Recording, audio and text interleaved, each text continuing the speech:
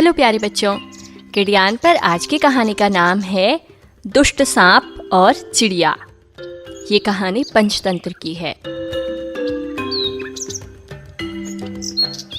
जंगल में एक बहुत पुराना बरगद का पेड़ था। उस पेड़ पर चिड़ा और चिड़िया घोंसला बनाकर रहते थे। कुछ दिनों बाद एक सांप ने उसी पेड़ के नीचे अपना बिल बना लिया। जब सुबह होने पर चिड़ा और चिड़िया अपने लिए दाना ढूंढने के लिए निकल पड़ते तो वह दुष्ट सांप जमीन के अंदर से बाहर आता, धीरे धीरे पेड़ पर चढ़ता और घोंसले में जाकर चिड़ा और चिड़िया के अंडों को खा जाता। चिड़ा और चिड़िया जब वापस आते तो देखते कि उनके अंडे वहां नहीं हैं, तो दोनों बहुत उदास हो जाते। एक दिन चिड़ा और चिड़िया शाम होने से पहले ही अपने घर लौट आए तो उन्होंने देखा कि सांप उनके घोंसले के अंदर ताका झांकी कर रहा है। अब उनको समझ आ गया, कोई और नहीं बल्कि सांप उनके अंडे खा जाता है। चिड़ा और चिड़िया दोनों परेशान हो गए। उन्होंने सोचा कि अब हम अपना घर किसी दूसरी जगह पर बनाएंगे, इस पेड़ को छोड़ देंगे। लेकिन चिड़िया ने कहा कि ये पेड़ बहुत बड़ा है, हम और ऊंचाई पर अपना दूसरा घोंसला बना लेंगे, इस घोंसले को यहीं छोड़ देंगे। हम अपने अंडे नए वाले घोंसले में रखेंगे, सांप वहां पर नहीं पहुंच पाएगा। उसे लगेगा कि हम अभी भी पुराने ही घोंसले में रहते हैं और हमारे अंडे सुरक्षित रहेंगे। चिड़ा को भी ये योजना ठीक लगी। चिड़ा और चिड़िया ने दोबारा खूब मेहनत की और अपने लिए एक नया घोंसला बनाया। ये घोंसला उन्होंने पेड़ की बिल्कुल ऊपर वाली टहनी पे बनाया। अब वे खुश थे कि यहाँ सांप नहीं आ पाएगा।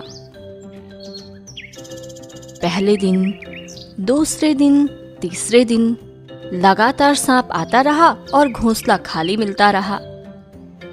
एक दिन सांप को शक हुआ कि हो न हो चिड़ा और चिड़िया ने शायद इसी पेड़ पर कोई नया घोंसला बना लिया है, मुझे वह ढूंढना चाहिए। बस फिर क्या था, एक दिन सांप को उन लोगों का नया घोंसला मिल ही गया। वह घोंसले के अंदर घुसा और चिड़ा और चिड़िया के नन्हे नन्हे चूजों को मारकर खा गया।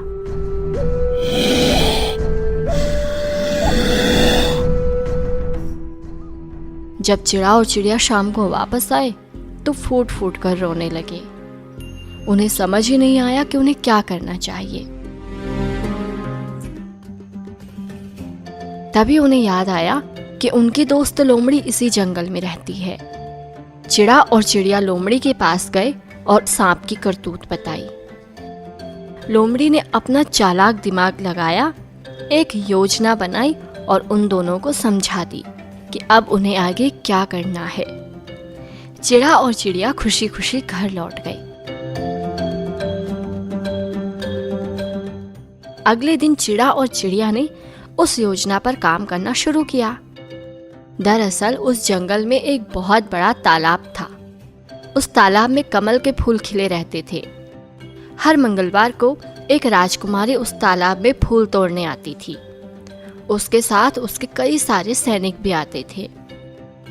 इस बार जब राजकुमारी उस तालाब में फूल तोड़ने आई तो चिड़िया ने उसके गले का हार छीन लिया और उस हार को अपनी चोंच में दबाकर सांप के बिल के पास छोड़ दिया।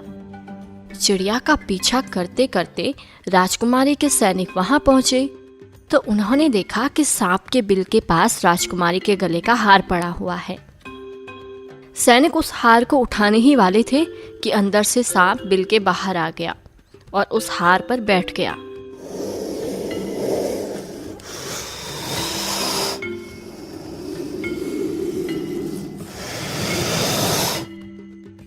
सैनिकों ने उस सांप को हटाने की बड़ी कोशिश की, लेकिन जिद्दी सांप हार पर पूरा लिपटा रहा। सैनिकों ने तंग आकर उस सांप को हार सहित पिटारे में बंद किया और राजा के सामने पेश कर दिया। राजा ने उस सांप के पिटारे से हार निकलवा लिया और सांप को सजा के लिए हमेशा के लिए पिटारे में कैद कर लिया। अब बेचारा सांप राजा की कैद में था और चिड़ा और चिड़िया अपने घोंसले में मजे से रहने लगे। उन्होंने सांप को सबक सिखा दिया था।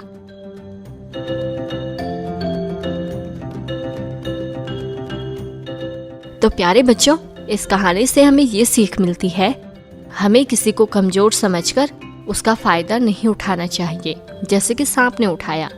अंत में सांप को उसके करने की सजा जरूर मिली।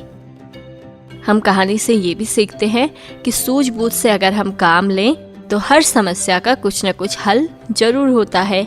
चिड़ा और चिड़िया ने भी अपनी समस्या का हल ढूंढ निकाला। तो चलिए अभी मैं वंदना चलती हूँ, फिर मिलूंगी ऐसे ही किसी मजेदार कहानी के साथ। आप सुनते रहिए किडियान सपनों की उड़ान।